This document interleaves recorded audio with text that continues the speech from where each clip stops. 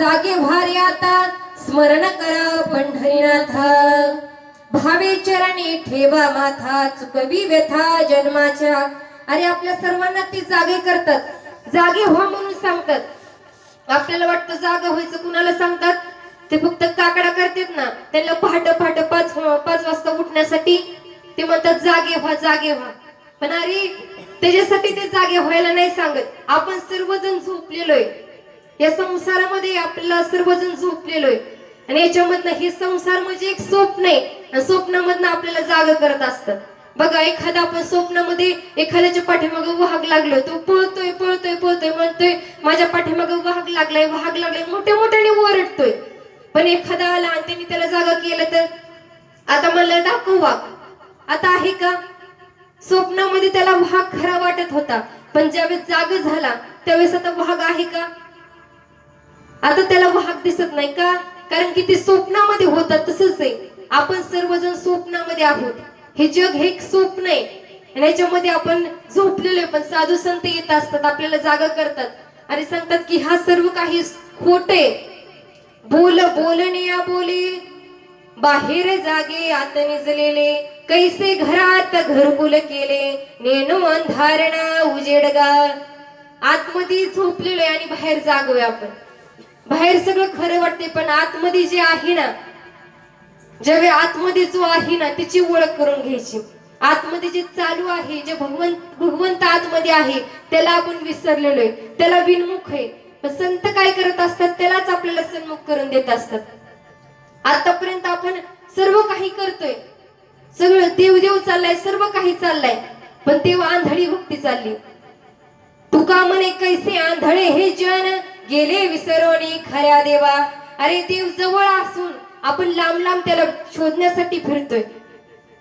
देव सदा जवळी वसे या लागी जन कैसे वेडे पिसे, पाहू जाती देशोदेशे ज्याला कळला तो गदगदा हसे। कारे हिंडता रानो राणी, कारे हिंडता रानो राणी, कारे हिंडता रानो राणी, कारे हिंडता रानो राणी, कारे हिंडता रानो राणी, कारे हिंडता रानो राणी, तुम्हारे तुझा वाशी तुझा आहे तुझा वाशी, पर तुझा गा चुकलाची, परी तुझा गा चुकलाची, परी तुझा गा चुकलाची, परी तुझा गा चुकलाची, तुझं आहे तुझं पाशी, तुझं आहे तुझं पाशी, तुझं आहे तुझं पाशी, तुझं आहे तुझं पाशी, परी तुझा गा चुकलाची, परी तुझा गा चुकलाची, परी तुझा गा चुकलाची, परी तुझा गा चुकलाची, तुझा आहे तुझा पाशी, तुझा आहे तुझा पाशी, तुझा आहे तुझा पाशी, परी तुझा गा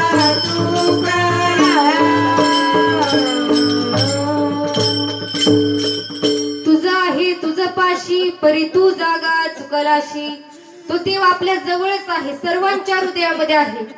सर्व घटी राम देहा देही एक, सूर्यप्रकाशक सहस्ररश्मी। देव आहे हृदय मंदिरी शोधुनी पाहे, देव नटला नाना परी भरोनी उरला चराचरी।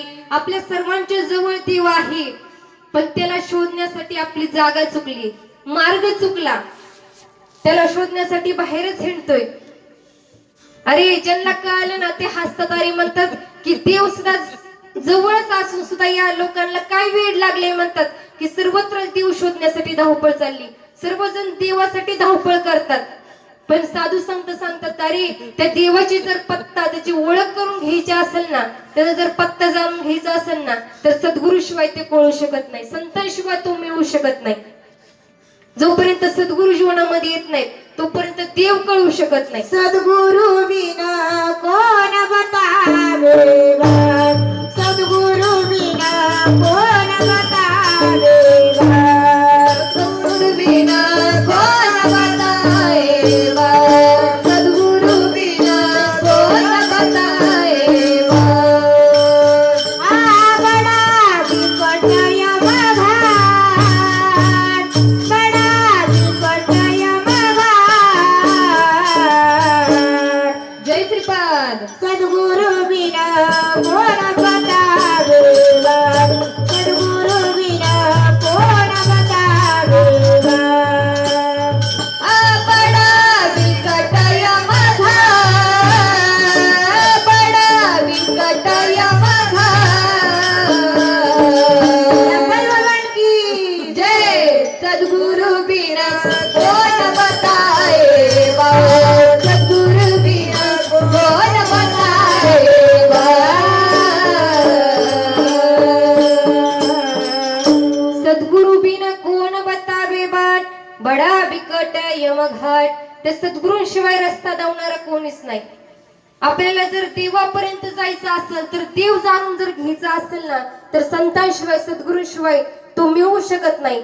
हरिप्राप्तीचे उपाय धरावे संतांचे ते पाय. त्या हरीची देवाची प्राप्ती करून घ्यायची असेल तर संतांशिवाय दुसरं कोणीच करून देऊ शकत नाही.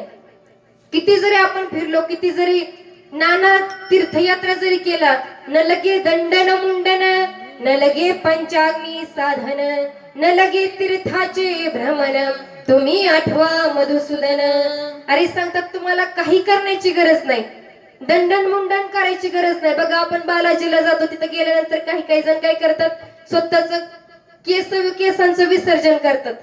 ते म्हणतात की ते करण्याची सुद्धा गरज नाही. इथं न लगे पंचाग्नी साधन, कडक उन्हाळ्यामध्ये मेच्या महिन्यामध्ये आपल्या पाचवी बाजूनी काय करतात, चारी बाजूंनी त्याच्यानंतर वरती एक असा अग्नी लावतात आणि त्याच्यामध्ये नामस्मरण करण्यासाठी बसतात. ते म्हणतात की हे करण्याची सुद्धा गरज नाही, तीर्थयात्रेला सुद्धा जाण्याची गरज नाही. ते म्हणतात तुम्ही फक्त काय करा, भगवंताला आठवा, दुसरं काहीच करण्याची गरज नाही. फक्त त्याला ओळख फक्त त्याची करून घेणे गरजेचं आहे आणि ती फक्त सद्गुरूंच्या कृपेने होऊ शकते.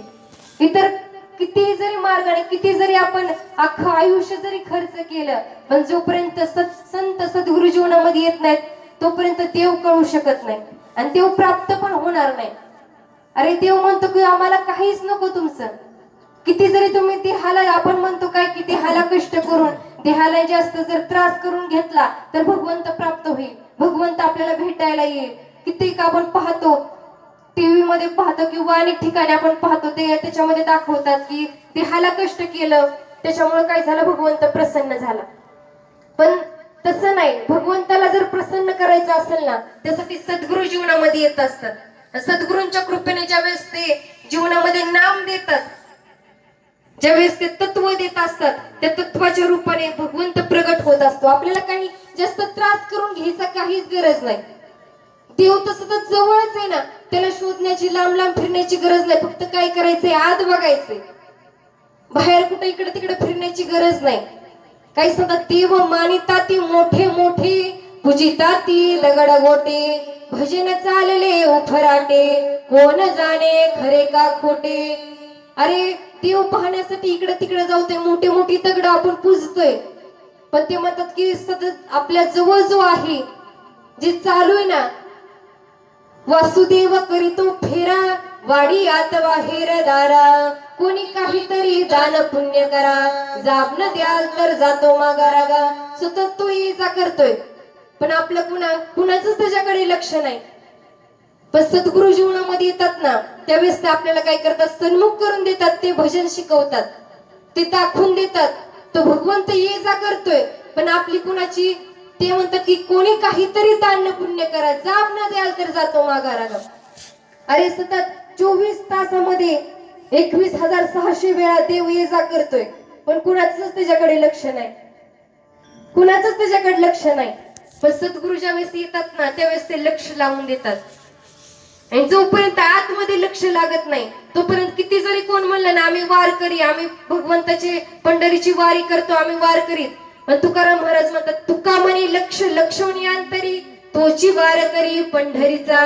ज्यांनी आतमध्ये लक्ष लावलं ना तो खरा वारकरी, तोच खरा वारकरी, तोच खरा भगवंताचा भक्त आहे. नाहीतर मग किती करा काहीच त्याचा उपयोग होणार नाही. तुम्हाला कष्ट पडतील, त्याने पुण्य होऊ शकतं, पण भगवंताची प्राप्ती होणार नाही. भगवंताची जर प्राप्ती पाहिजे असेल तर मोक्ष मिळवायचा असेल ना तर त्यासाठी सद्गुरूच पाहिजे. सद्गुरूंना शरण जावं लागणार आहे. त्याच्याशिवाय हा जन्म मरण आपल्या मागे जो संसार लागलाय ना तो तुटू शकत नाही. किती जरी काही केलं पण जोपर्यंत आपल्याला जर संसार तोडायचा असेल ना हा जन्म मरण आपल्या पाठीमागे लागलंय. कोणतं? किती वेळा जन्मा यावे किती व्हावे फजित म्हणून या जीव भ्याला शरण विठोबासी गेला. अरे आपण कित्येक जन्म घेतले तर एक एक योनी कोटी कोटी फेरा मग लागे वारा मानवाचा. एका योनीमध्ये कोटी कोटी वेळा जन्म घ्यावे लागतात. आणि अशा किती योनी आहेत? 83,999 योनी आहेत. त्याच्यामध्ये प्रत्येक योनीमध्ये कोटी कोटी वेळा जन्म घ्यावा लागतो. म्हणजे शेवटची एक योनी आहे कोणती? ही मानवाची. ते योनीमध्ये एकदा जन्म मिळत असतो. त्याच्यामध्ये कोटी कोटी वेळा नाही जावं लागत. का? ह्याच्यामध्ये एकदाच का? तर भगवंतानी एवढे पाठीमागे जन्म घेतले ना आपल्याला चान्स दिले. आता पाठीमागे तू फिरला ना आता ह्याच्यामधनं मुक्त हो, ह्याच्यामधनं आता सुटण्याचं काहीतरी कर. म्हणून आपल्याला त्याच्यामधनं भगवंतानी हा मानवाचा देह दिला. पण आपण त्याला विसरलो. ज्या कारणास्तव इथं आलो होतो, कशासाठी? जन्म मरण तोडण्यासाठी इथं आलो होतो, पण तेच विसरून गेलो. नेमकं कशासाठी आलोय, करायचंय काय आणि कुठं जायचंय हेच विसरून गेलो. आलासी कोठोनिया जाशी गवण्या रे ठाया घरदार तुझे नो हे अवघी लटकीच माया. सावध होई बापा काळ लागला से मापा. अरे सांगतात अरे आपण आलो कुठून, जायचं कुठं आणि काय करायचं हे जाणून घेणं गरजेचं आहे. जोपर्यंत हे जाणून घेत नाही तोपर्यंत जीवनाचा खरं उद्देश पूर्ण होऊ शकत नाही. नाहीतर मग किती करा जोपर्यंत हे जाणून घेत नाही तोपर्यंत मग आला जसं सगळेजण येतात ना, मग सगळे बाकीचे योनी नाहीत का, सर्वजण येतात आणि तसेच निघून जातात.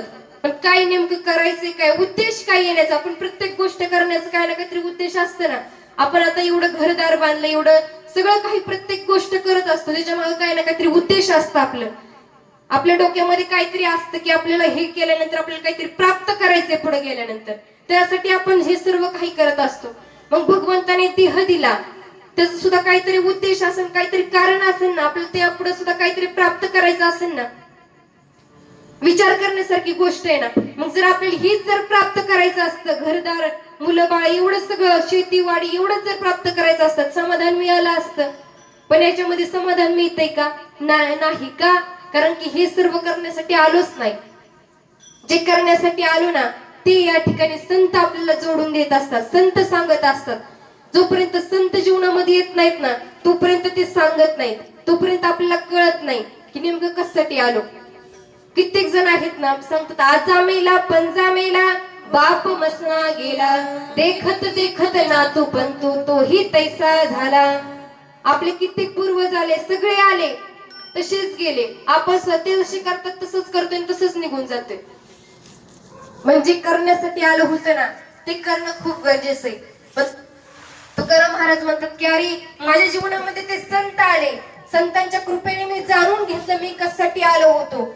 आणि जे माझ्या मागे जन्म मरण लागलं होतं, जी चिंता लागली होती ना आता राहिली नाही. हे अभंगाच्या पहिल्या चरणामध्ये उजळले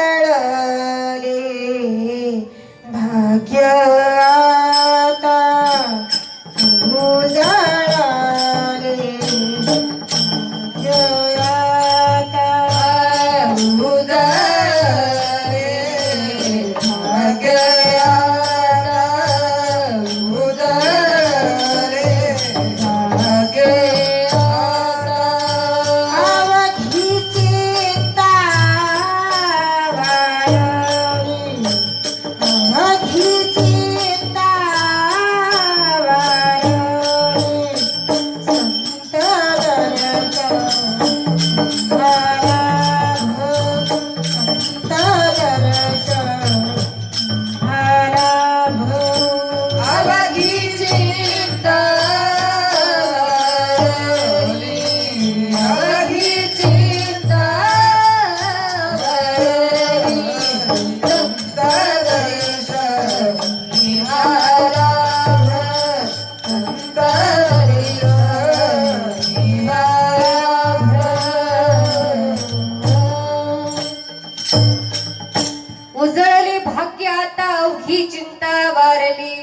संतांच्या कृपेने आज भाग्य उदयाला आलं आणि काय झाली, अवघी चिंता, सगळी जेवढी चिंता होती ना ती समूळ नाहीशी झाली. चिंता वारली. ते काय सांगतात, माझी चिंता वारली. एखादा व्यक्ती जर गेला असेल तर तो काय परत येऊ शकतो, पळून गेलेला असेल तर तो परत येऊ शकतो, पण जर वारलेला असला, मेला असला तर परत येईल का? नाही येऊ शकत. पण ते म्हणतात की माझी समूळ चिंताच राहिली नाही. आता ती काय झाली, चिंता मरून गेली. माझ्या जी जन्म मरणाची चिंता होती तीच मरून गेली, आता ती राहिलीच नाही. एका ठिकाणी मीराबाई सुद्धा सांगतात काय, मोहे लागी लगन गुरु चरणन की, चरण सिवा मोहे कछु नहीं भावे, भवसा सब माया ही स्वप्नन की, मोहे लागी लगन गुरु चरणन की, चरण सिवा मोहे कछु नहीं भावे, जग माया सब स्वप्नन की, मोहे लागी लगन गुरु चरणन की, भवसागर सब सुख गए हे, फिकर नहीं मोहे तरणन की. ते म्हणते अरे जो भवसागर होता ना तोच काय झाला, भवसागरच आटून गेला, तोच राहिला नाही. भवसागरच मला राहिला नाही, तर आता मला तरण्याची आणि जन्म मरणाची ती चिंताच राहिली नाही. माझ्या सद्गुरूने तो भवसागरच काय केला, तोच जाळून टाकला, भवसागरच राहिला नाही. मग असं सद्गुरू संत जीवनामध्ये येतात ना त्यावेळेस ती चिंता सगळी समूळ नाहीशी करतात. आपल्याला चिंता आहे, सर्वांना प्रत्येकाला चिंता आहे. संसारातली आपली सद्गुरू जीवनामध्ये ना सगळी चिंता घालवतात. तुम्ही संसारातली असू द्या किंवा परमार्थिक असू द्या, पण त्यांच्यावर सर्व काही सोपून दिलं तर घालवतात. जर आपण स्वतःकडे मीपणा जर घेतला तर मग आपलं आपण बघावं लागतं. जर त्यांच्यावरती सगळं सोपून दिलं तर ते सर्व काही घालवतात. आपण सर्व काही त्यांच्यावर सोपून दिलं ना, ते संसारातली असू द्या कसली असते, परमार्थिक असू द्या, सगळी काही चिंता ते काय करतात, त्यांच्यावर घातल्यानंतर ते सर्व काही वाहत असतात. काय घालोनिया भार राहिलो निश्चिंती, निरविले संती विठोबासी. तुकाराम महाराज म्हणतात की माझी जेवढी काही चिंता होती ना मी सद्गुरूंवर सोपून दिली. आता ते माझं जे काही बघतात ना ते सर्वजण तेच बघतील, असा त्यांचा दृढ विश्वास होता.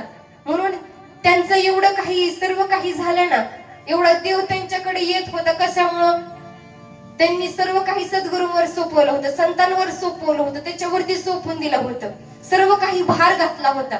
म्हणून देव त्यांच्याकडे आला. एवढं सगळं काही, एवढी 65 लाखाची जागिरी होती तरी सुद्धा पाण्यामध्ये बुडवली का? किती वैराग्य उत्पन्न झालं असेल, काय वैराग्य असेल त्यांचं, की एवढं सगळं होतं तरी सुद्धा त्यांनी सर्व काही बुडवून दिलं. आपला विचार करा, आपल्याला जर थोडं जरी काही असेल ना तर आपण एखादं जर पैसे असतील, आपण एखादं कोण म्हणलं ना तू एवढे एवढे द्या, संतांचं एखादं जर मेळावा असेल, कुठं काही कार्य असेल तर द्या म्हणलं तर आपल्याला तेवढं सुद्धा देऊ वाटत नाही का?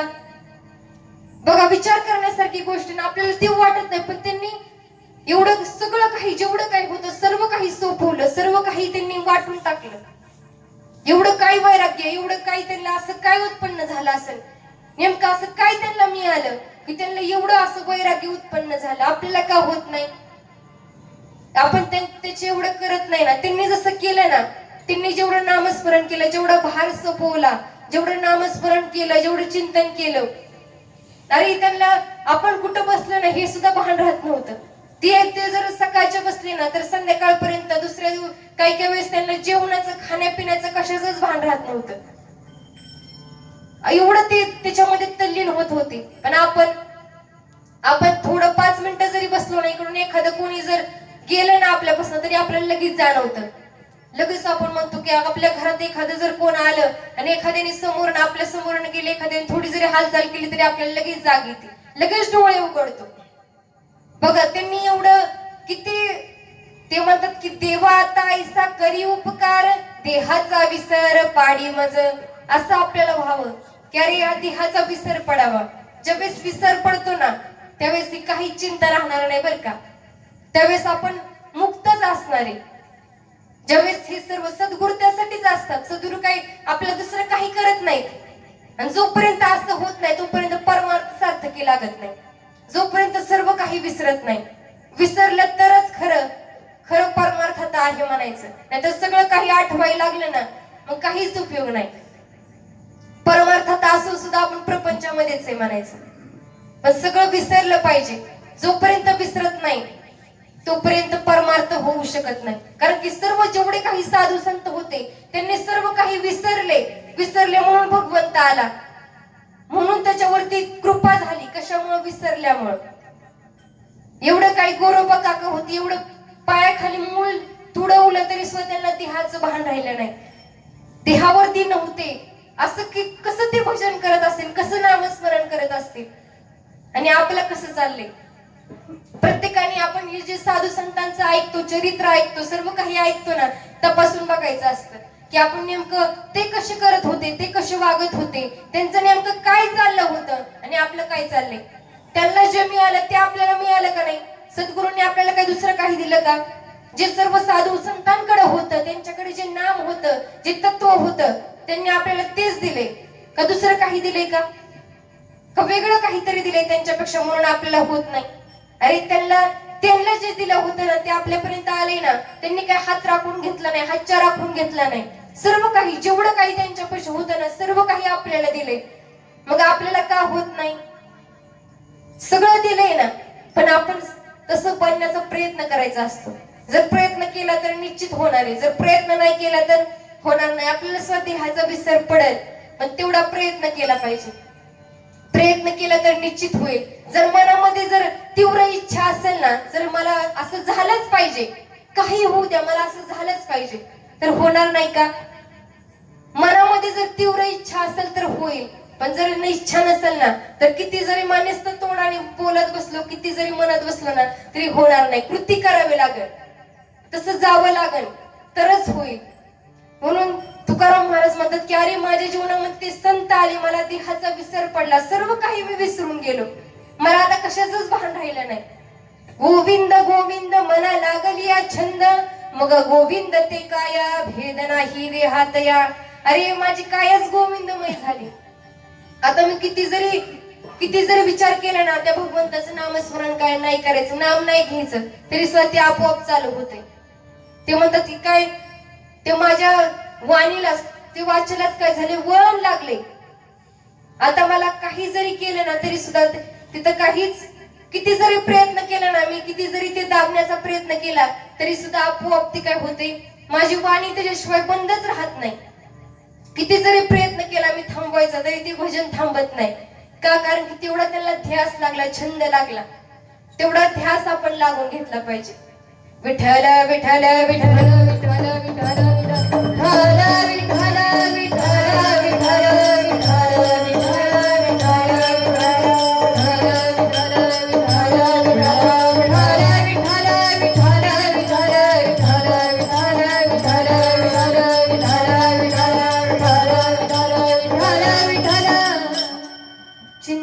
चिंतने तद्रूपता.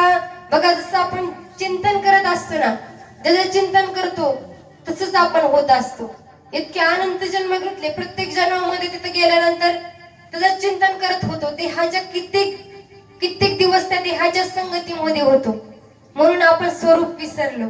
इतक्या दिवस देहाच्या संगतीमध्ये असल्यामुळं आपल्याला देहाचाच छंद लागला, पण जे आपलं खरं मूळ स्वरूप होतं ना, आपलं जे मूळ स्वरूप आहे ते आपण विसरलो त्या देहाच्या संगतीमध्ये असल्यानंतर. बघा, विचार करा, जर आपण किती जर विचार केला की आता आपल्याला ती कुणाच्या जरी एखाद्या दारुड्याच्या संगतीमध्ये असलेला व्यक्ती, चांगला व्यक्ती असू द्या, पण तरी सुद्धा त्याच्या संगतीमध्ये गेल्यानंतर त्याला वाण नाही पण गुण लागतो. थोडं ना काहीतरी त्याला ते व्यसन लागतच. थोड्या दिवसाने, कालांतराने, हळूहळू त्यांच्यामध्ये बसून तो तसा होत असतो. मग बघा, विचार करा, आपण इतके दिवस त्या ह्याच्या संगतीमध्ये, मग किती ह्याच्यामध्ये किती ममत्व बसलं असेल. बघा, एखादं जर आपण समजा म्हणलं, एखाद्या जर शेण असेल म्हणलं की शेणाला खाली काही चिटकून द्यायचं नाही. जमिनीवर पडल्या लगेच उचलायचं, त्याला काहीच खाली चिटकून द्यायचं नाही. असं जरी विचार केला, पडल्या जरी उचललं तरी खाली काही ना काहीतरी चिटकून येतच असतं. मग विचार करा, एवढा देहाची ह्या संगतीमध्ये आहे, मग याच्यामध्ये काही ना काहीतरी आपल्याला त्या अंतःकरणाला ते चिटकून आलेलं असतं. पण जोपर्यंत ते जात नाही लवकर, किती जरी प्रयत्न केला ना ते जात नाही. म्हणजे ज्यावेळेस आपल्याला सद्गुरू येतात ना, सद्गुरू ते नाम देतात आणि त्याचा छंद लावून देतात. म्हणतात आतापर्यंत देहाचा ध्यास घेत होता ना, आता कशाचा ध्यास घे?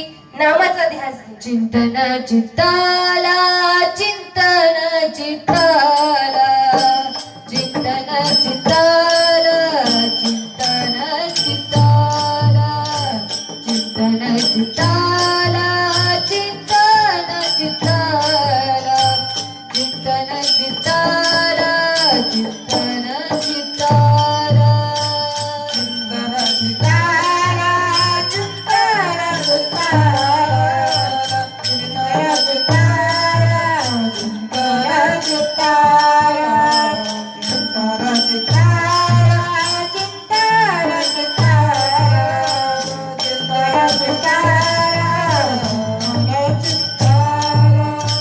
लावी मनाच्या मनाला, लावी मनाच्या मनाला, लावी मनाच्या मनाला, लावी मनाच्या मनाला. चिंतन चित्ताला, चिंतन चित्ताला, चिंतन चित्ताला, चिंतन चित्ताला, चिंतन चित्ताला, चिंतन चित्ताला, चिंतन चित्ताला, चिंतन चित्ताला. लावी मनाच्या मनाला, लावी मनाच्या मनाला, लावी मनाच्या मनाला, लावी मनाच्या मनाला. चिंतन चित्ताला, चिंतन चित्ताला, चिंतन चित्ताला, चिंतन चित्ताला, चिंतन चित्ताला, चिंतन चित्ताला, चिंतन चित्ताला, चिंतन चित्ताला. चिंतन चित्ताला, लावी मनाच्या मनाला. अरे ते चिंतन करता करता आपण तसं तद्रूप होत असतो, त्याच्याप्रमाणे आपण होत असतो. म्हणून सद्गुरू आपल्याला सतत त्याच्यावरती राहण्यासाठी सांगतात. आपण सतत त्याच्या संगतीमध्ये असतो ना, ते जास्त आठवत असतं आपल्याला. किती जरी प्रयत्न केला ना तरी आपण लवकर विसरत नाही. म्हणून सारखा सत्संग कशासाठी करायचा? सत्संगाला सारखं आपण म्हणतो, सत्संगाला सारखं सारखं काही सत्संगाला जायचंय, काय गरज आहे सारखं सारखं सत्संगाला जायची? घरीच बसून आपलं करायचं ना, घरीच बसून नामस्मरण करायचं, काही गरज नाही जास्त सत्संगाला जाण्याची. पण अरे जोपर्यंत घरी बसून आपलं जेवढं चिंतन होत नाही ना, तेवढं सत्संगामध्ये आल्यानंतर, तेवढं आपण संतांच्या सहवासामध्ये आल्यानंतर, सद्गुरूंच्या सहवासामध्ये आल्यानंतर ते करत असतात. काय करतात? आपल्याला आठवण करून देतात. अरे तू जे करतोय तू ही ये. त्यावेळेस त्यांच्या जे मुखात नाही येतं ना, त्याच्यावरती आपलं काय होतं? आपला निश्चय होत असतो. आपल्याला किती घरी किती करा, किती केलं तरी आपलं ते पूर्णपणे ठसत नाही. पण सद्गुरूंनी सांगितल्यानंतर, ज्यावेळेस संत सांगतात त्यावेळेस पूर्णपणे ठसतं. म्हणून सतत संतांच्या संगतीमध्ये आल्यानंतर ते वारंवार आठवण करून देतात. तू आता हे कर, आतापर्यंत ते केलं ना, आता हे कर. आपल्याला सारखं वारंवार ते कर, आपल्याला चार्जिंग करून देतात. आणि मग ज्यावेळेस ते झालं ना, आता घरी किती केलं ना, तुम्ही किती करा घरी, पण तरी सुद्धा होत नाही. पण संतांच्या सहवासामध्ये, सत्संगामध्ये आल्यानंतर आपोआप त्याच्यावरती आपलं काय होतं? आपण त्याच्यावरती, आपलं मन त्याच्यावरती रमतं. आणि पाहतो आपण कित्येक जण साधकांमध्ये आल्यानंतर, त्याच्या एखाद्याची कोणाची स्थिती असेल, पाहिल्यानंतर आपल्याला वाटतं अरे त्याचं किती चिंतन आहे, त्यांनी किती नामस्मरण केलं, किती चिंतन केलं, त्याला काय स्थिती होत असेल. मग आपल्याला सुद्धा तशीच झाली पाहिजे. आपल्याला तसा ध्यास लागतो की अरे मला सुद्धा तसंच व्हावं, मला सुद्धा तसंच झालं पाहिजे. एखाद्या साधू संतांचं वर्णन ऐकलं की ऐकलं तरी सुद्धा आपल्याला काय वाटतं? एखाद्या वेळेस त्याचं खरं नामस्मरण करत असतो ना, त्याला वाटतं अरे मी नामस्मरण करतोय पण मला पण तसंच झालं पाहिजे, मला सुद्धा तो आनंद मिळाला पाहिजे. जे सर्व साधू संतांना हे जे भोगतायत ना, ते मला सुद्धा मिळालं पाहिजे. म्हणून सत्संगामध्ये आल्यानंतर आपल्याला काही ते वळण पडत असतं. ज्यावेळेस ते वळण पडलं ना, मग त्यावेळेस मग आता ज्यावेळेस इंद्रियांना वळण पडूच तर करायचं असतं. भाऊ काय सांगतात का रे, चिंतन कुठपर्यंत करायचं? इंद्रियांना वळण पडूच तर. एकदा वळण पडलं ना, मग तुम्ही काही नाही म्हणलं तरी ते आपोआप चालू होणार आहे. तुम्ही जरी म्हणले ना आता चिंतन नाही करायचं, पण तरी सुद्धा बसला तरी आपोआप कुठं बसता तुम्ही, आपोआप ते चालू होणार आहे. पण एकदा वळण पडलं पाहिजे. पडिले वळण इंद्रियाचा काळ, भावतो निराळा नाही तुझा, भावतो निराळा नाही तुझा. पडिले वळण इंद्रियाचा काळ, भावतो निराळा नाही तुझा, भावतो निराळा नाही तुझा. पडिले वळण इंद्रियाचा काळ, पडिले वळण इंद्रियाचा काळ, पडिले वळण इंद्रियाचा काळ, पडिले वळण इंद्रियाचा काळ, पडिले वळण इंद्रियाचा काळ, भावतो निराळा नाही तुझा, भावतो निराळा नाही तुझा. पडिले वळण इंद्रियाचा काळ, भावतो निराळा नाही तुझा, भावतो निराळा नाही तुझा. पडिले वळण इंद्रियाचा कळा, भावतो निराळा नाही तुझा. एकदा त्याला वळण पडलं इंद्रियांना, तर मग दुसरं काहीच आपल्याला आठवत नाही. किती जरी प्रयत्न केला ना बाकीच्या मध्ये गुंतण्याची, किती जरी प्रयत्न केला बाकीच्यांमध्ये राहण्याची, संसारामध्ये गुंतण्याची किती जरी प्रयत्न केला तरी सुद्धा आपल्याला ते आवडत नाही. कारण की आपल्याला ते इंद्रियांना वळण लागले. आता इंद्रियांना त्याच्याशिवाय दुसरं काहीच आवडत नाही आपल्याला. असं जोपर्यंत होत नाही तोपर्यंत किती जरी तुम्ही प्रयत्न करा ना, जोपर्यंत नामस्मरण असं झालं पाहिजे, आपल्या पूर्ण इंद्रियांना वळण लागलं पाहिजे, इतका त्याचा ध्यास घेतला पाहिजे. बघू आपल्याला साक्षात सद्गुरूंनी देवच दिलाय. नाम म्हणजे काही देवच आहे, आपल्या देव दिलाय. मग आता जर देव आपल्याकडे असेल तर आपण त्या देवाला किती जपलं पाहिजे. जसं आपले नाव आणि आपण वेगळे नाही, तसं देवाचं नाम आणि देव वेगळा नाही, दोन्ही एकच आहे. मग आपल्याकडे देवच दिलेला आहे, पण आपण त्या देवाला किती जपलं पाहिजे, किती त्याचं ध्यान केलं पाहिजे, किती त्याचं सतत स्मरणामध्ये असलं पाहिजे. अरे देवाला आपण देवाला विसरलोय, देऊन सुद्धा विसरलो, पण त्या सतत देवाचं स्मरण केलं पाहिजे. अरे आपण आठवण असली पाहिजे आपल्याला देव दिलाय. आणि ज्यावेळेस संत जीवनामध्ये येतात ना त्यावेळेसच ते हे जोडून देत असतात. सर्वांचं तसं बघायला गेलं तर आपल्या सर्वांचं जे सर्व काही जीव आहेत, सर्वांपाशी देव आहेच. सुईच्या टोका एवढी सुद्धा जागा शिल्लक नाही जिथं भगवंत नाही. विठ्ठल जळी स्थळी भरला, रीता ठाव नाही उरला, आज मी या दृष्टीने पाहिला विठ्ठलची विठ्ठल. सर्वत्र देव आहे. भरला घन दाट हरी दिसे, भरला घन दाट हरी दिसे, भरला घन दाट हरी दिसे, भरला घन दाट हरी दिसे.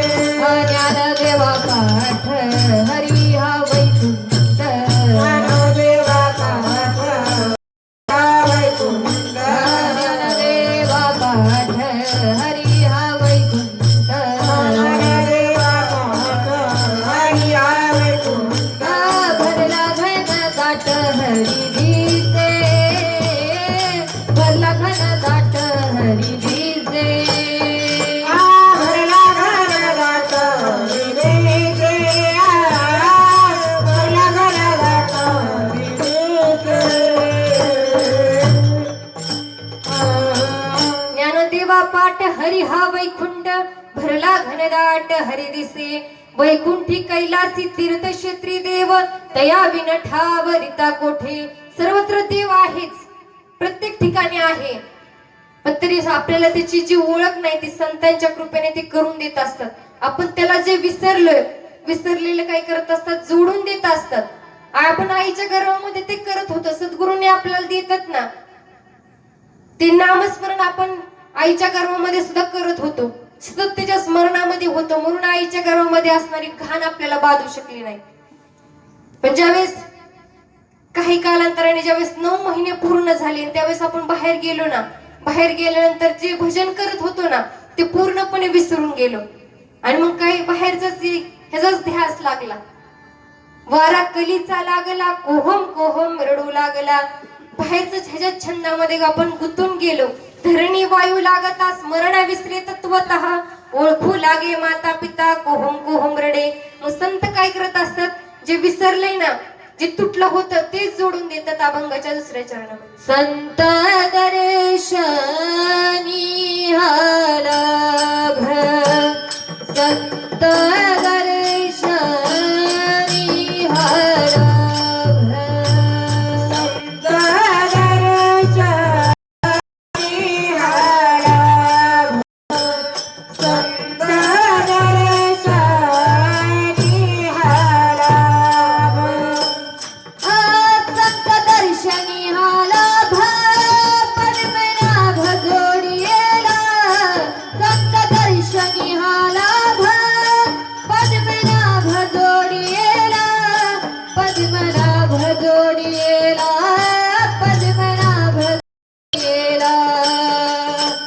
संत दर्शनी लाभ, संत दर्शनी लाभ.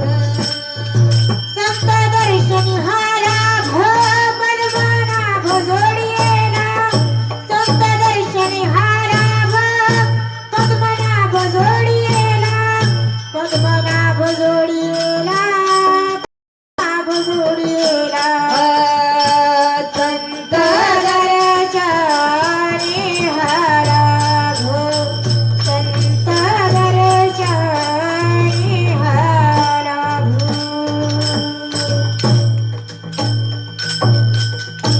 संत दर्शनी हा लाभ पद्मनाभ जोडला.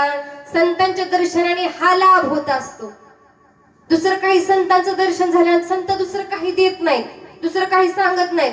बाकीचे जे काही असतील ना, एखादं कोणी सांगत असताना आपल्याला तुम्ही इकडे जावा तिकडे जावा, हे करा ते करा, ते संत नाही म्हणायचं. जे संत असतात ना, संत ह्याच्याशिवाय दुसरं काही सांगत नाही. जो जवळ देव आहे त्या देवाशिवाय आणि नामाशिवाय दुसरं काही सांगत नाहीत. तेची संत ज्यांचा हेत विठ्ठल, नेणती काही टाना टोना नामस्मरणा वाचुनी. संत दुसरं काही सांगत नसतात. आपल्याला जर किती जण आले आणि म्हटले की इकडं हे करा ते करा, असं या बाबाकडे जा त्या बाबाकडे जा, तुमचं एवढं एवढं काम होईल, तुमच्या पोरला पाणी लागण, असं तसं आपल्याला सांगतात ना, ते म्हणायचं ते खरे संत नाहीत. संत ह्याच्याशिवाय दुसरं काहीच सांगत नाहीत. ते देवाशिवाय दुसरं काहीच सांगत नाहीत. ते पण बाहेरच्या देवाशिवाय देव दाखवत नाहीत, आधी जवळचा दाखवतात. आणि संत जोडून देत असतात. जे जोडून देतात तेच संत आहेत. नाहीतर मग बाकीचे किती जरी फिरला ते महाराज होतील, बुवा लोक आहेत, पण संत होऊ शकत नाहीत. संत जे तुटलेलं आहे ते जोडून देतात. म्हणून अशा संतांना आपल्याला शरण गेलं पाहिजे की जे आपल्याला जे विसरलंय, जे तुटलेलं आहे ते जोडून दिलं पाहिजे. आईच्या गर्भामध्ये जे विसरलं होतं, आपण सर्वजण भाग्यवान आहेत ज्यांच्या जीवनामध्ये सद्गुरू आले, ज्यांनी नाम घेतलं. संत श्रीपाद रामदास पांडुरंग दादा ज्यांच्या जीवनामध्ये आले ते खरेच भाग्यवान आहेत की त्यांनी जे तुटलेलं होतं ते जोडून घेतलं. कारण की असे जोडणारे भेटतच नाहीत. तुम्ही किती जरी फिरला, किती जरी पाहिले ना, सर्वजण पोटासाठीच चालले. पोटासाठी संत झाले करीत बहुत, ऐसियांची करिता सेवा, काय सुख होईल जीवा. आणि सर्वजण पोटासाठी धावपळ करतात. आणि त्यांच्याकडे आपण जर सुख मागाय गेलं, आपल्याला काय देणार? त्यांच्याकडे सुख नाही, त्यांना समाधान नाही, ते आपल्याला काय देणार आहेत? म्हणून संत जे खरे संत असतात ना, ते आपल्याला सुख समाधान देत असतात. म्हणून अशा संतांना आपल्याला शरण जायचे. आणि असे संत जीवनामध्ये आले, आपण खरंच भाग्यवान आहोत. आम्ही भाग्याचे दास श्रीपाद रायाचे. अरे त्याचे आपण खरंच दास झालो, म्हणून आपण भाग्यवान आहोत.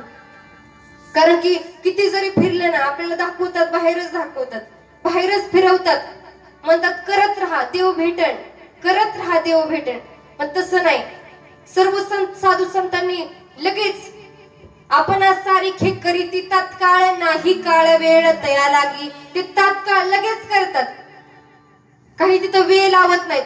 ते म्हणत नाही की तुम्ही एवढे करत राहा तुम्हाला देव भेटन, असं नाही. जे आपल्याला लगेच बाप दाखवू नाही तर श्राद्ध घाल, असं असतं संतांचं. जोपर्यंत असे संत जीवनामध्ये आले पाहिजे. जर असे संत जीवनामध्ये आले ना, कधीच आपलं चुकणार नाही. किती जरी तुम्ही काही केलं, किती जरी फिरत असना, किती कोण आपल्याला भेटले असतील, त्यांनी सांगितलं असेल करत राहा करत राहा, हेच खरंय, हेच सत्य आणि हेनेच केल्यानं तुम्हाला देव भेटन असे सांगणारे म्हणायचे. मग हे पोट भरून आपल्याकडे येतात, खातात पितात, सर्व काही करतात, आपल्याकडनं पाकिट भरून भरून घेऊन जात येतात, पण आपल्याला काही जे खरं सत्य मार्ग आहे, जो संतांचं ते तत्व आहे ना, ते आपल्याला दिलेलं नाही. कारण की जे खरे संत असतात ना, त्यांना काहीच पाहिजे नसतं.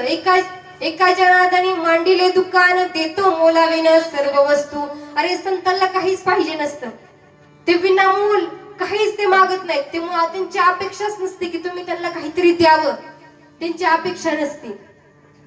ते काय म्हणत नाही की तुम्हाला आम्हाला एवढंच द्या. तुम्ही किती बाहेर जर गेलं ना, काही काही जण आहेत बघा ना, हे जे तत्व आहे ना, ते भेटण्यासाठी पैसे घेतात. कित्येक जण आहेत की जर तुम्हाला अनुग्रह पाहिजे असेल तर एवढे एवढे पैसे द्यायचे, त्याच्यानंतर सेवा करायची, 12 वर्ष सेवा करून घेतात. त्याच्यानंतर जर तुम्हाला प्रबोध जर पाहिजे असेल तर एवढे एवढे तुम्ही पैसे द्या, त्याच्यानंतर प्रबोध आणि नंतर तुम्ही जावा, असं करून घेतात. पण आपल्याला संत असे असतात ते त्यांना काहीच लागत नाही. ते आपल्याला म्हणत नाही की आपल्याला विनामोल काहीच मोल घेत नाहीत, काहीच त्यांची अपेक्षा नसते. त्यांना फक्त तळमळ असते. बुडते हे जन न देखवे डोळा, येतो कळवळा मनोनिया. अरे जे बुडतय जन, हे सर्व बुडत चाललंय, ह्याला का नाही नेमकं कशाच्या मागं जावं आणि काय करावं, नेमकं कुठं जायचंय, काय करायचं हे समजत नाही. आपण सर्वजण तसंच होतो ना. आतापर्यंत विचार करा, आपल्याला जर जीवनामध्ये सद्गुरू आले नसते, श्रीपाद बाबा आले नसते, पांडुरंग दादा जर आले नसते, तर आपण कुठं फिरत असतो? आपण सुद्धा तसेच फिरत असतो ना, जे बाकीचे करतात तेच करत असतो. पण आज खरंच आपण खरंच भाग्यवान आहोत की ते आपल्याला जे खरे साधू संत ज्यांनी ते तत्व अनादिकालचं आहे ते आपल्यापर्यंत पोहोचवलं, म्हणून आपल्याला सर्व काही समजतंय आज. पण आता जर नसतं तर काय समजलं असतं? आपण सुद्धा भरकटतच गेला असतो. पण अरे आपण सर्वजण भाग्यवान आहोत की जे आतमध्ये करत होतो त्याला आपण सन्मुख करून दिलं. बाकी आपण त्याला विनमुख होतो, त्याला सन्मुख करून दिलं आणि सांगितलं अरे आता तू हे कर, ह्याच्यावरती राहा. जर ह्याच्यावरनं जर विसरली तर या थोर झाली हानी, पचतील खाणी 84चा. आता आपल्याला सद्गुरूंनी आठवण करून दिली, जाणीव करून दिली, स्वरूपावरती आपल्याला बसवलं, त्याच्यावरती सांगितलं आता तुम्ही हितच लक्ष द्या, हेच करा. पण जर विसरलो ना, मग परत ह्या जे पहिल्या पाठीमागे जे करत होतो ना, तिथं परत जावं लागणार आहे. म्हणून ह्याला विसरायचं नाही. जोपर्यंत किती जरी शेवटच्या श्वासापर्यंत ह्याला विसरायचं नाही. जर विसरलं ना, मग काहीच सांगता येत नाही. किती जरी प्रयत्न केला तरी सुद्धा होऊ शकत नाही. म्हणून त्याला विसरलं नाही पाहिजे. बघा किती मोठा जड भरत राजा हरणी गर्भे गेला, घाला तो घातला वासनेने. तो जड भरत राजा होता, सर्व संसार सोडून दिला होता ना, वनामध्ये गेला होता, पण विसरला ना, म्हणून हरणीच्या गर्भाला जावं लागलं. मग बघा विचार करा, आपल्याला सांगता येत नाही. आता आपण बसलोय, काळ कधी येईन कधी घेऊन जाईन हे सांगता येत नाही. मग आपण त्याच्यावरती किती आरूढ राहिलं पाहिजे.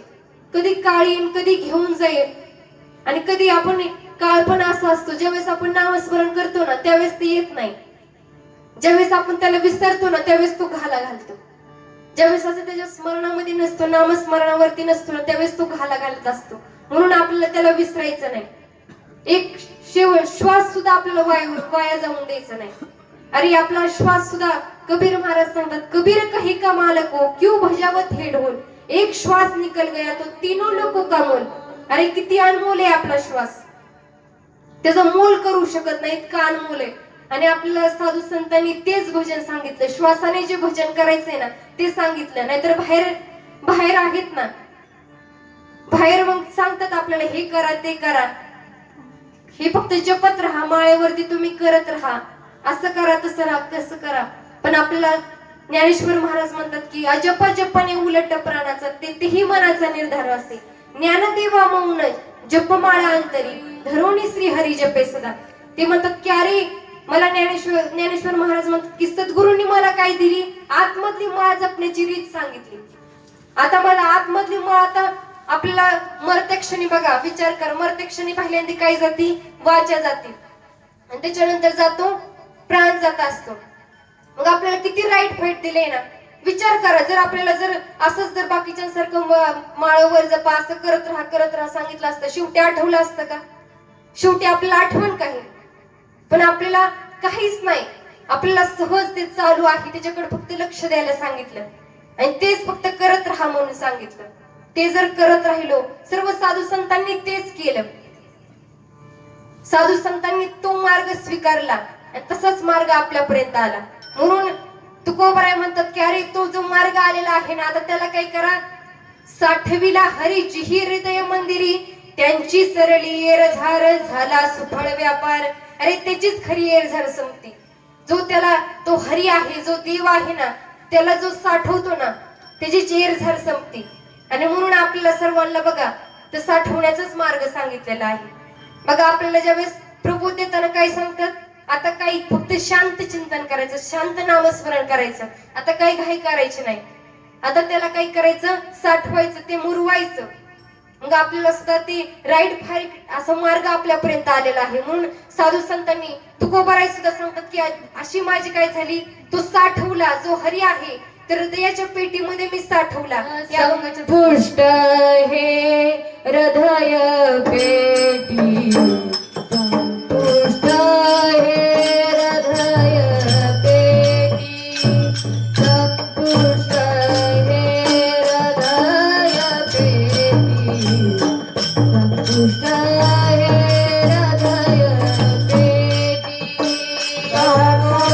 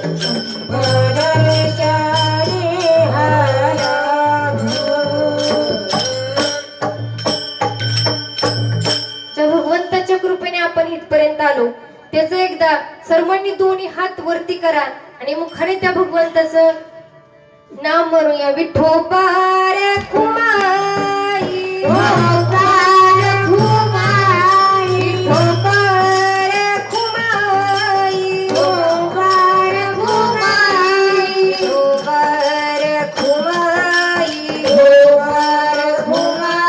विठोबा रे खुमाई, विठोबा रे खुमाई, विठोबा रे खुमाई, विठोबा रे खुमाई, विठोबा रे खुमाई, और खुमाई, विठोबा रे खुमाई.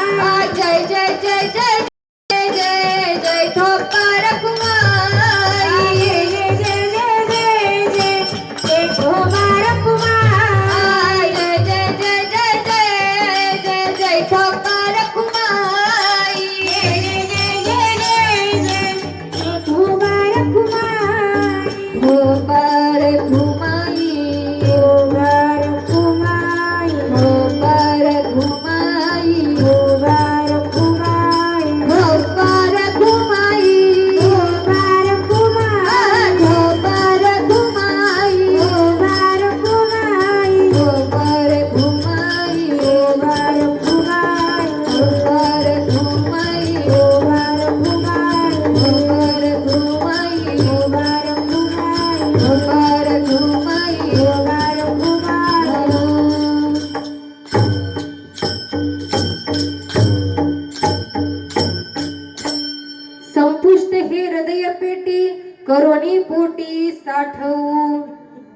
त्या भगवंताला आता काय करायचं, आपल्याला साठवायचंय.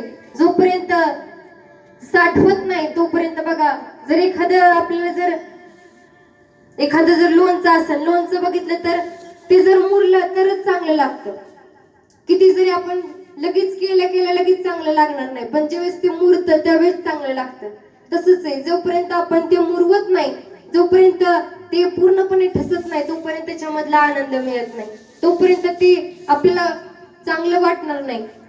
जोपर्यंत ते मुरत नाही, मुरवायचे. आता किती जरी प्रयत्न केला, आता सांगितलं काय, आपल्याला कळसाचं भजन दिले, आता शेवट ह्याच्या पुढे काहीच नाही. कोणी जर आले ना म्हणत असेल की ह्याच्या पुढे आणि का आहे, तुम्हाला जे दिले ना ह्याच्या पुढे आणि का आहे, काही आणि का आपल्याला सांगत असतील, पण तसं नाही. आपल्याला जे दिलंय ना, तुका झालासे कळस भजन कर सावकाश, त्याचं आता काय करायचंय, सावकाश भजन करायचंय.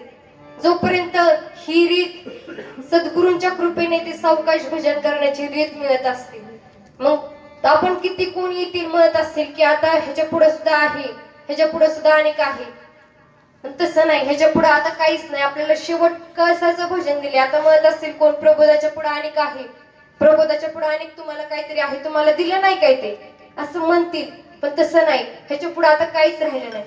बघा, आपण आता एखाद्या मंदिर असेल, मंदिराचा आता कळस झाला, कळसाच्या पुढे बांधकाम असतं का, कळसाच्या पुढे काहीच नसतं. आता त्याचं काय, मंदिराचा शेवट झाला, आता त्याच्या पुढे काहीच नसतं.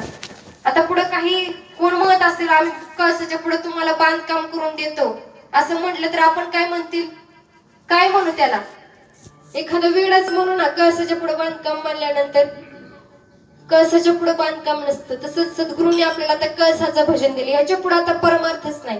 हे शेवटपर्यंत करत राहायचं, हे शेवटपर्यंत आता हेच घोकीत राहायचं, हे शेवटपर्यंत करत राहायचं. आता ह्याच्या पुढे दुसरं काहीच नाही, काहीच करणे नाही, काहीच करू नका, फक्त हे नामस्मरण करत राहा. आणि ह्याच्यामध्ये जो आनंद आहे ना, ह्याच्यामध्ये जो आनंद आहे तो खरा आनंद आहे. स्वरूपामध्ये जो त्याच्यामध्ये स्थित राहण्यामध्ये तुम्ही किती जरी बाकीचं करत राहिला ना, त्याच्या आनंदापुढे दुसरं काहीच आवडत नाही. आणि हे आनंद असा आहे की आपल्याला किती जरी बाकीच्या गोष्टी आहेत, बाकीच्या गोष्टीमधनं आनंद मिळेल, पण तो क्षणिक मिळतो, तो काही कालांतराने तो नाश पावतो. पण ह्याच्यामध्ये नामस्मरणामध्ये तुम्ही किती नामस्मरण, आपण किती बसलो ना, रोज नवीन नवीनच आनंद मिळतो. रोज आपण नामस्मरण करण्यासाठी बसलो ना, आपल्याला असं वाटत नाही की आता नामस्मरणाला बसले, आता रोज रोज तेच करतोय, रोज रोज तेच करतोय, असं वाटतं का? कधीच वाटत नाही. असं वाटतं त्याच्यामध्ये जो आनंद मिळतो नित्य नवीन वेगवेगळा असतो, आनंद आपला वाढत जात असतो. म्हणून हे जोपर्यंत हा आनंद खरा आनंद आहे. आणि ज्यावेळेस त्याचा काही सांगतात की श्रीकृष्ण उद्धवाला सांगतात की अरे हा आनंद आहे ना, ह्याचा जरी एक थेंब जरी मिळाला ना, तरी सुद्धा ह्या आनंदापुढे सगळं त्रिभुवन आपल्याला सगळं खोटं वाटतं. त्या आनंदामध्येच निमग्न राहावं असं वाटतं. फक्त तो आनंद मिळाला पाहिजे, त्याच्यामध्ये आनंदाची ती गोडी घेतली पाहिजे. जर गोडी त्याची एकदा लागली ना, मग दुसरं काहीच आवडणार नाही. किती जरी प्रयत्न केला ना ह्याच्यामध्ये आता गुंतायचं, हे करायचं, मग त्याच्यामध्ये किती जरी प्रयत्न केला तरी तो व्यक्ती जात नाही. कारण की त्याला तो आनंद मिळाला असतो ना, त्याला सर्व काही समजतं की अरे आम्ही एवढं सगळं काही करतोय, पण ह्याच्यामध्ये हे संसार करण्यामध्ये ह्याच्यामध्ये काय आनंद आहे.